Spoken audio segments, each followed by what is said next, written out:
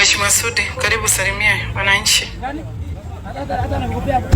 Asante sana. Kanisa takatifu, kanisa letu tunaongozwa na reverend wetu hapa, familia ya mwenda zake ndugu yangu brother wa Irene na watoto wake, mama msasi na watu wote wa Bahati. Mimi nataka nichukue fursa hii kusema pole sana. Hiyo siku huyu jamaa alituacha, nilikuwa na Irene.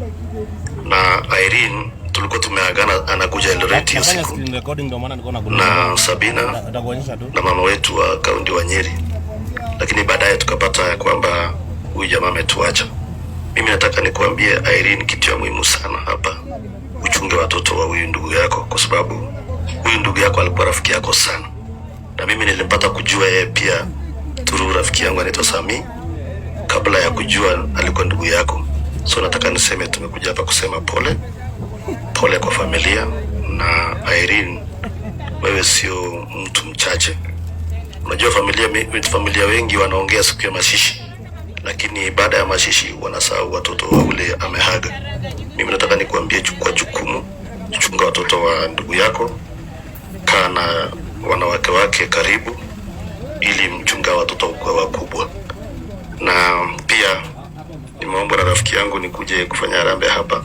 Unajua makosa ni yenu pia. Ile wakati ya agency maneno yalipatikana hapo, hii mngejitokeza kama bishops na mtetee, mseme kanisa lazima ijengwe na harambee. Lakini sasa nyinyi mlinyamaza mkatuachia mpaka wakafunga kanisa. Lakini hivi karibuni tutarudi kwa makanisa zetu na nitakuja hapa kujenga hii kanisa. Umesema kwa sababu unajua mimi, labda ujue Reverend, mimi ni mtu wa chini sana, ile kwa makanga wa matatu. That's why unaona najenga kanisa, kwa sababu mimi nashukuru Mungu kila siku. So ndio unaona nafanya kanisa, si hata nafanya kwa sababu ya maneno mengine, ni kwa sababu nimetoka pale chini ndio inanibidi nijenge kanisani. Lakini tutarudisha hiyo harambee ya kanisa. Ya mwisho kabisa, nataka nikuambie pia Irene, na mzee wako, unajua sometimes mambo kama haya yakifanyika, watu wengi wanajiuliza maswali.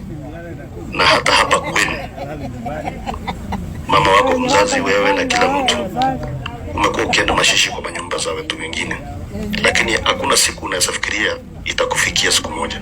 So lazima mkae, mutie moyo na mshikane kama familia. Shika watoto, shika mke za ndugu yetu, ili familia isimame. Na ujue hii kifo, unajua mimi naulisanga Reverend, hii kifo hii ndio safari ya mwisho ama kuna ingine? Kwa sababu unajua wanasemanga kwanza ni sali, watu wanasema Yesu atarudi tena. Mkuwe tayari kila siku. So sisi tumekuwa tayari kwanza tukiwa wadogo, lakini hatujui sasa hii ndio safari hii, ile wanasema atakuja kufufua ulimwengu. So tukae tu hapo kwa hii, hatujui siku, tarehe wala saa. Tukae tu hapo na tuende kanisani, na sisi wote tumtegemee Mungu. Lakini ile najua kuna shida pia hii dunia kubwa. Najua hata Yesu akitaka kurudi, akijaribu kuangalia hivi ataka kurudi, lakini ile maneno yanafanyika hapa chini ni mingi sana. So ndio unaona anarudi tena, anakawia. Unajua kuna maswali nyingi mjajiuliza. Mbona Yesu alitoroka kutoka duniani akaenda mbinguni? Kwa sababu mashida hii watu ni mingi na maneno. Hebu kan imagine kama Yesu angekuwa hapo. Kama nyinyi mnasumbua Irene kwa hapa, unasumbua kama na mfumo nataka basari nataka hii. Naona Yesu ndiye alitoroka akaenda mbinguni. So tunaomba Yesu arudi mapema ili maneno ikuwe sawa sawa. Otherwise mimi leo sisema siasa. Mwenyezi Mungu awabariki sana watu wa Bahati, na tuombe nchi yetu. Congratulations. Asante sana engineer. Sasa mheshimiwa